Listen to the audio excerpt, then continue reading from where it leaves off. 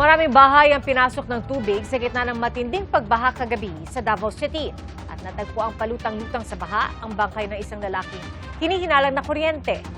Saksi si Jandy Esteban ng GMA Regional TV. Lampas taong baha sa Barangay Matina, Aplaya sa Davao City kagabi. Nagpasaklolo sa rescue team ang ilang residente. Stranded ang ilang motorista sa ilang bahagi ng Damosa. Ganito naman kalawak ang pagbaha sa Quimpo Boulevard. Sa Dumanlas Road naman, naglutaw sila! Lumutang na ang sasakyang ito matapos tumirik sa gitna ng baha. Magdamag ding mataas ang baha sa bahagi ng bangkal. Marami sa mga bahay ang pinasok ng tubig kaya kanya-kanyang sagip sa kanilang mga gamit ang mga residente. Ganoon din sa Barangay Maa. May mga natrap sa loob ng kanilang mga bahay at kinailangang saklolohan ng rescue teams. Kasunod ng malalakas na ulan, nagka-landslide sa isang subdivision sa Barangay Kabantian. Nasira ang isang motorsiklo, isang kotse at gate ng isang bahay. Walang naitalang nasaktan. Sa Barangay Buhangin, natagpo ang palutang-lutang sa baha ang bangkay ng isang lalaki. Ayon sa Davao City Police, hinihinalang na kuryente ang biktima sa kanalunod. Sa kasagsagan ng mga pagulan, nasira ang tulay na nagdurugtong sa mga barangay ng Kalyawa at Mandog.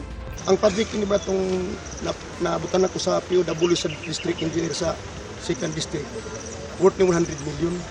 Kaya upstream o downstream, itahan ako pasipile na ko para protection yung kilid man ng Dilmos Tower ba. Pero hantog karo, mangyapi aksyon, wala di kwarta. Anong problema na ito?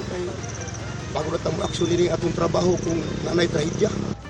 Ayon sa DPWH Region 11 spokesperson Dean Ortiz, magtatayo ng Bailey Panel na siyang magiging pansamantalang tulay habang inire-request ang pondo para makapagpatayo ng permanenteng tulay.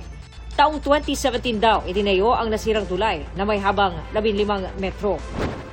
Humupa na ang baha kaninang umaga pero nag-iwan ng makapalaputik at mga nasirang kagamitan. Isod kaya mong sitwasyon karon diri sa Purok 38 kay unsa mi oras tulog, wala mi mga bugal, mga rep, mga TV, wala ano tanan. Nagmistula ring dagat ang lawak ng pagbaha sa bayan ng Kabuntalan sa Maguindanao del Norte.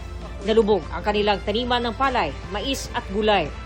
Ayon sa ilang residente, ilang araw nang lubog sa baha ang kanilang mga bahay. Kaya lumikas muna sila sa ibang bayan. Ayon sa Pag-asa, Intertropical Convergence Zone o ITCZ ang nagdulot ng mga pagulan sa Kabuntalan. Gayon din sa Davao City. Dahil dyan at sa umiiral na easterlies, kaya mataas pa rin ang tsansa ng ulan sa ilang bahagi ng bansa. 40 lugar naman ang posibleng makaranas ng danger level na damang init bukas. Posibleng sa Bulacan, maranasan ng pinakamataas na heat index. Ako si Jandy Esteban ng GMA Regional TV, ang inyong saksi